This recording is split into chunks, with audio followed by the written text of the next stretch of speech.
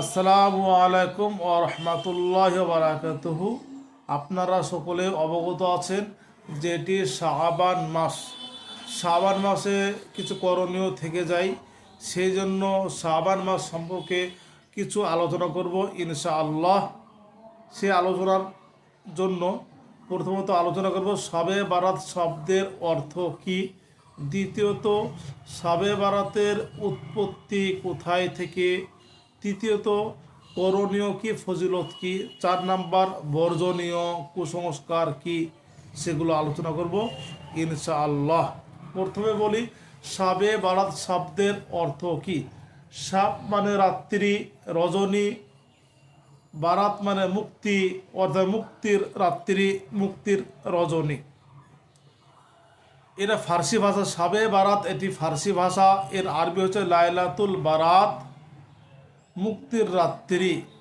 কেউ যদি মনে করেন শবে বারাত শব্দ হাদিস কোরআনে কোথাও নেই, কোথায় আছে, তাহলে জানবো, আপনি যদি জেনে ইচ্ছাকৃত প্রশ্ন করেন তাহলে জানবো এতে মূর্খতা ছাড়া কিছু নয়।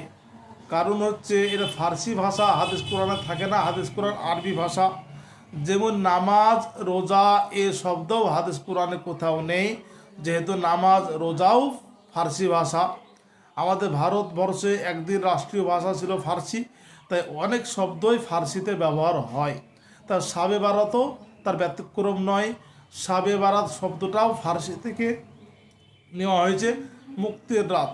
এর নামকরণ হওয়ার পেছনে ইবনে মাজা শরীফের 99 নাম্বার পৃষ্ঠার হাদিস এবং তিরমিজি শরীফের প্রথম খণ্ডের 156 নাম্বার পৃষ্ঠার হাদিস, রাসূলুল্লাহ সাল্লাল্লাহু আলাইহি সাল্লাম বলেছেন যে আল্লাহ পাক রব্বুল আলামিন এই রাত্রিতে প্রথম আসমানে নেমে আসেন এবং বনি কালবের ছাগলের লোমের থেকেও অধিক মানুষকে ক্ষমা করে দেন।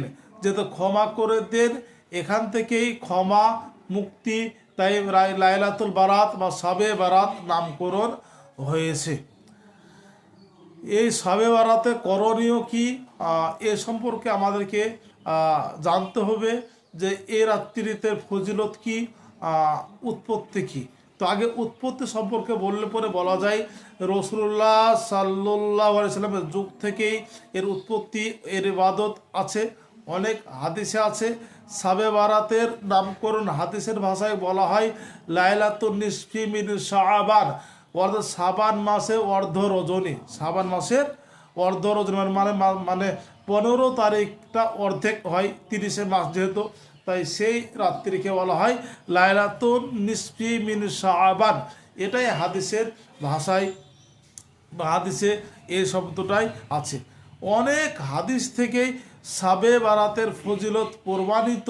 তার মধ্যে কিছু হাদিস জয়ীফ, অনেক হাদিস আছে যেগুলো হাসান পর্যায়ের, এবং তার মধ্যে অনেক হাদিসকেই অনেকেই সহিও বলেছেন।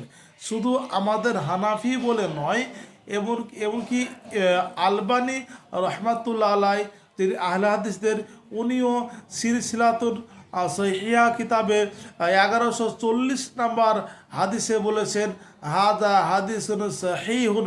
এই হাদিস সহিহ ইবনে হিব্বানে এসছে, ইমাম মুনজির রহমতুল্লাহ আলাই লিখেছেন তারগিব ও তারহিবে এসছে, আল মুআজামুল আওসাতে এসছে, অনেক কিতাবের মধ্যে এসছে যে ইমাম ইবনে মুআজ ইবনে জাবাল রাদিয়াল্লাহু তাআলা আনহু থেকে যে হাদিসটা বর্ণিত, সে হাদিসের বলা হয়েছে, এই হাদিসটাই সমস্ত রেওয়ায়াতের মধ্যে, কিতাবের মধ্যে এসেছে যে হযরত মুআজ ইবনে জাবাল রাদিয়াল্লাহু তাআলা আনহু বলছেন যে শাবান মাসের মধ্যম তারিখের রজনীতে, অর্থাৎ শাবান মাসের মানে 15 তারিখে বলা হয়েছে, অর্থাৎ শবে বারাতের আল্লাহ পাক রব্বুল আলামিন শাবান মাসের মধ্যম তারিখে রজনীতে, অর্থাৎ শবে বারাতের নিজ মাখলুকের প্রতি বিশেষ নজর দেন, নেক নজর দেন এবং মুশরিক এবং বিদ্বেষকারী, মুশরিক আর হিংসুক ব্যতীত সকলকেই ক্ষমা করে দেন। তা ওই রাত্রিতে অনেককে ক্ষমা করে দেন, মুশরিক আর বিদ্বেষকারী ব্যতীত সকলকেই ক্ষমা করে দেন। এই হাদিসটাও তারগিব শরীফের 2য় খণ্ডে 69 নম্বর পৃষ্ঠায় আছে। এই হাদিসকে কিছু কিতাবে হাসান, কিছু কিতাবে সহি বলা হয়েছে। হাসান মানেও দ্বিতীয় পর্যায়ের সহি হাদিস, সহি, হাসান, জয়ীফ, জাল। তাই সহি হাদিসের দ্বারাই আকাইদ আহকাম সব সাব্যস্ত হয়, আর হাসান হাদিসের দ্বারাই আহকাম সাব্যস্ত হয়, আকাইদ সাব্যস্ত হয় না। জয়ীফ হাদিসের দ্বারাই মানে আমলগুলো, ফজিলতগুলো গ্রহণযোগ্য হয়, আহকাম এবং আকাইদ গ্রহণযোগ্য হয় না। আর জাল হাদিসের দ্বারাই কিছু গ্রহণযোগ্য হয় না। হাদিসের মান এটা, জয়ীফ মানে বাদ বা জাল এমন নয়, জয়ীফ মানে জাল, আর বাকিগুলো মান সনদ অনুযায়ী যারা হাদিসের বর্ণনাকারী তাদের দেখে তারা কেমন ব্যক্তি ছিল সেই দেখে হাদিসের মান নির্ণয় করা হয়েছে। এর মানে এই নয় নবীর কিছু কথা দুর্বল, কিছু জয়ীফ, কিছু সহি, এমন নয়। যারা বর্ণনাকারী, যারা হাদিস বর্ণনা করেছেন, তাদের ধারাবাহিকতা, তাদের আমল, তাদের ব্রেন, এগুলো দেখার পরে রেজাল শাস্ত্রের পণ্ডিত যারা, তারা এগুলো নির্ণয় করেছেন। তাই এই হাদিস থেকে প্রমাণিত যে রাসূলুল্লাহ সাল্লাল্লাহু আলাইহি সাল্লাম বলেছেন যে ওই রাত্রিতে আল্লাহ হিংসুক এবং যারা বিদ্বেষকারী তাদের ব্যতীত সকলকেই ক্ষমা করে দেন। মুশরিক এবং শত্রুতাকারী হিংসুক তাদের ব্যতীত সকলকেই ক্ষমা করে দেন। এই হাদিসটা অনেক কিতাবে আছে, অনেক বইয়ের মধ্যে আছে। এমনকি বললাম তো আলবানী রহমতুল্লাহ আলাইহি পর্যন্ত উনি সিলসিলাতুস সহিহা কিতাবের 1140 নম্বর হাদিসে উনি লেখার পরে আবার লিখেছেন হাদা হাদিসুর সহিহুর, এই হাদিসটা সহি, এই কথা লিখেছেন। এছাড়াও আরও অনেক বলেছেন, আমি সেই দিকে বিস্তারিত যাচ্ছি না। তাহলে আমার প্রশ্ন জাগতে পারে, রাত্রের ফজিলত তো অবশ্যই আছে, করণীয় কি কি করতে হবে এ সম্পর্কে কোনো নির্দিষ্ট কোনো আমল নেই, নির্দিষ্টভাবে কোনো আমল করা শরীয়ত সম্মত প্রমাণ কোথাও থেকে নেই। তাই যে কোনো আমল, তসবিহ, কোরআন তেলাওয়াত, নামাজ ইত্যাদি যে কোনো আমল করতে পারেন। একবার আয়েশা সিদ্দিকা রাদিয়াল্লাহু তাআলা আনহার রুমে রাসূলুল্লাহ সাল্লাল্লাহু আলাইহি সাল্লাম নামাজ পড়ছিলেন, সেজদা করেছিলেন। তো সেজদার মধ্যে অনেকক্ষণ ছিলেন, দীর্ঘ সময় থাকার জন্য আয়েশা সিদ্দিকা রাদিয়াল্লাহু তাআলা আনহা মনে করেছিলেন হয়তো উনি ইন্তেকাল করে ইহকাল ত্যাগ করেছেন। সেই চিন্তায় উনি ওনার বৃদ্ধা আঙ্গুলটা হাতে নড়া দিলেন। আল্লাহ রসুল উঠে বসলেন। উঠে বসার পরে বললেন, আয়েশা তুমি কি জানো আজকে কোন রাত্রি? তুমি কি জানো? আয়েশা সিদ্দিকা বললেন, আল্লাহ এবং আল্লাহর রসুল ভালো জানেন। তো রসুলুল্লাহ বললেন যে আজকে এই বিশেষ রাত্রি, যে এই রাতে আল্লাহ পাক তার বান্দাদের প্রতি নেক দৃষ্টিপাত করেন, নেক নজর দেন এবং তাদের উপরে রহমত অবতীর্ণ করেন, তাদের প্রতি রহমত অবতীর্ণ করেন। তবে যারা হিংসুক তাদেরকে আপন অবস্থায় ছেড়ে দেন। এটাও বাইহাকি তারগিব 3য় খণ্ডে 287 নম্বর পৃষ্ঠায় আছে। তাহলে যে কোনো আমল যেগুলো গ্রহণযোগ্য হাদিস কোরআন দ্বারাই যেগুলো প্রমাণিত, এমন আমল ওই রাত্রিতে আপনি করতে পারবেন, এগুলো করা চলবে। যেগুলো গ্রহণযোগ্য হাদিস কোরআন দ্বারাই, যেগুলো গ্রহণযোগ্য নয় আপনি সেগুলো করতে পারবেন না। এই রাত্রিতে অনেক এমন আছে যেগুলো অনেকে ছেড়ে দিয়েছেন, অনেকে মনে করেছেন সাবে বারাত বলে কিছুই নেই, তুচ্ছ মনে করেছে। আবার অনেকে এই রাত্রির ফজিলত জানার পরে এই রাত্রিতে অনেক অতিরঞ্জিত, অনেক ইসলাম বহির্ভূত, অনেক কুসংস্কারে পরিপূর্ণ করে দিয়েছে, মানে বিদআত কুসংস্কার ভরে দিয়েছে। আমাদের দুই জায়গা থেকে বেঁচে থাকতে হবে, না ইফরাত না তাফরিত, বেশি বাড়াবাড়িও করা যাবে না এবং কুসংস্কারও করা যাবে না, ছাড়াও যাবে না, এগুলো আমাদেরকে ভাবতে হবে। সেই জন্য এই রাত্রিতে যত পারবো ইবাদত করব, এই রাত্রিতে যত পারবো ইবাদত করব। যেগুলো হাদিস কোরআন দ্বারা প্রমাণিত এই আমলগুলো করব। তবে সম্মিলিতভাবে সবাইকে ডাকার পরে কবর জিয়ারত এগুলো প্রমাণিত নেই। একা একা করতে পারেন, যেতে পারেন, একা একা আমল করতে পারেন, বাড়িতেও করতে পারেন, মসজিদেও করতে পারেন, সবাইকে একত্রিত করে করবেন। কিছু এলাকায় দেখা যায় রাত্রিতে একত্রিত হয়ে সকলের নফল এবাদত নামাজ পড়বে, তারপরে কবর জিয়ারত করবে, তারপর ভোরের বেলায় ফজরের নামাজে আর নেই।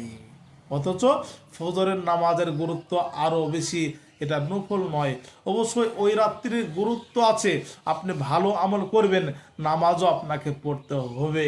ওই রাত্রিতে এমন কোনো কাজ করবেন না। অনেক এলাকায় শয়তানের একটা চক্রান্ত, শয়তান চাই আমল থেকে মানুষ দূরে থাক, সেজন্য আমল না করতে দিয়ে মানুষকে ক্ষীর পায়েস হালুয়া পাকাতে লাগিয়ে দিয়ে ওরা হালুয়া পাকাবে, ইবাদত করতে পাবে না, ক্ষীর তৈরি করবে, হালুয়া পাকাবে।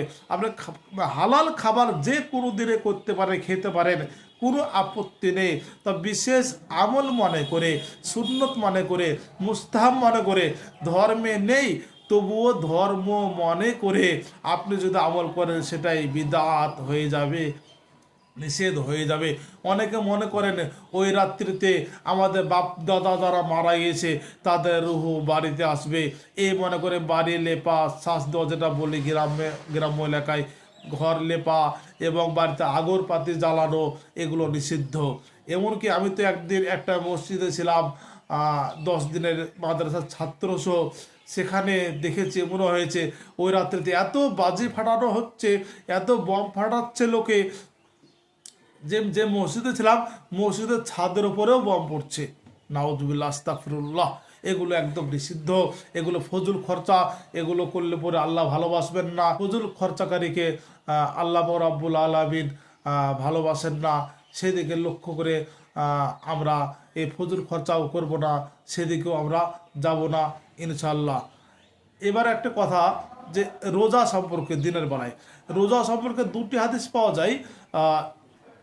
একটি মিশকাত শরীফে, আপনার তিরমিজি শরীফের 156 নম্বর পৃষ্ঠাতেও আছে, ইবনে মাজাতে 99 নম্বর পৃষ্ঠা আছে। ইবনে মাজা 99 নম্বর পৃষ্ঠার হাদিসে আছে যে আরেকটা হাদিস, 2টো হাদিস পাওয়া যায়। তো 2টো হাদিসেরই সনদ জাল। একটা হাদিসে বলা হয়েছে ওই রাত্রিতে যদি কেউ রোজা রাখে 2 বছর ইবাদতের নেকি দেওয়া হইবে। এই হাদিসটা আপনার সুয়াবুল ইমানে 3 নম্বর খণ্ডে 387 নম্বর পৃষ্ঠায় বলা হয়েছে যে ওই রাত্রে মানে ওই দিনে শাবান মাসের 15 তারিখে রোজা 2 বছর রোজা রাখা সমতুল্য, এটা বলা হয়েছে।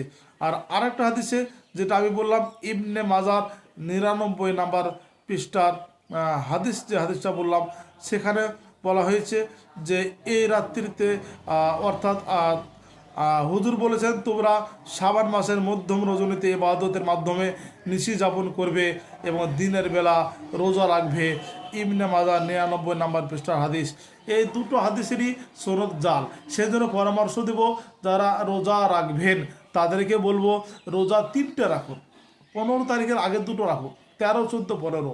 যেহেতু অনেক সহিহ হাদিসে আছে আল্লাহ রসুল প্রত্যেক মাসেই 3টে করে রোজা রাখতেন, 13, 14, 15। এটা রাখুন। নাও যদি পারেন 1টা বা 2টো রাখেন, তাহলে এমনি তো আল্লাহ রসুল ওই মাসে শাবান মাসে অনেক রোজা রাখতেন, এটা সহিহ হাদিস ঠিক আছে। তো অনেক বেশি রোজা রাখতেন। সাহাবারা জিজ্ঞাসা করেছেন, তো রসুল্লাহ বলেছেন যে এই মাসে আল্লাহর কাছে বা এই যে আমলগুলো পেশ করা হয়, তা আমি চাই রোজা অবস্থায় আমার আমল পেশ করা হোক, এটা আমি চাই। তো অনেক বেশি রোজা রাখতেন। তবে ওই দিনে রোজার হাদিস সনদ জাল, সেই জন্য আমরা 3টে রাখবো। একটাও যদি রাখি এমনি নফল রোজা এই মনে করে রাখবো, যেটা যে কোনো দিনেই রাখা জায়েজ আছে, এই মনে করে রাখবো। ওই দিনের ফজিলত মনে করার প্রয়োজন নেই। আসসালামু আলাইকুম ওয়া রাহমাতুল্লাহি ওয়া বারাকাতুহু।